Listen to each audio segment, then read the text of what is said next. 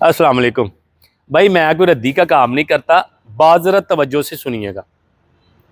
आज जिस पे बात हम करने जा रहे हैं वो बच्चों की तरबियत, बच्चों की आदत और मुआशरती शऊर से जुड़ा हुआ एक मसला है। बच्चे किताबें कापियाँ फाड़ कर खुशी मनाते हैं, जबकि ये गुमराही है। आपने अक्सर देखा होगा गली महल्ले के अंदर, रोड के ऊपर हज़ारों की तादाद के अंदर ऐसी पर्चियाँ पड़ी होती हैं। वो कोई जहाज़ फेंक के नहीं जाता, वो मेरे और आपके बच्चे फेंकते हैं।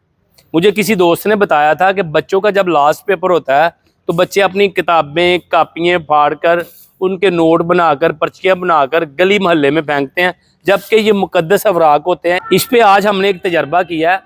बच्चों का लास्ट पेपर था, गेट पे हमने 3 से 4 टीचर्स को खड़ा किया, बच्चों के बैग की तलाशी ली है और बच्चों ने स्पेशल पर्चियाँ बनाकर उनके ऊपर रबड़ चढ़ाकर अपने बैग फुल करके लेके आए हुए थे, ताकि यही पर्चियाँ हम गली में, मोहल्लों में, रोड पे, गाड़ियों पे फेंके। तो ये जितना आपको मटेरियल नज़र आ रहा है, ये आज आपको रोड पे नज़र आना था अगर हम बैग की तलाशी ना लेते।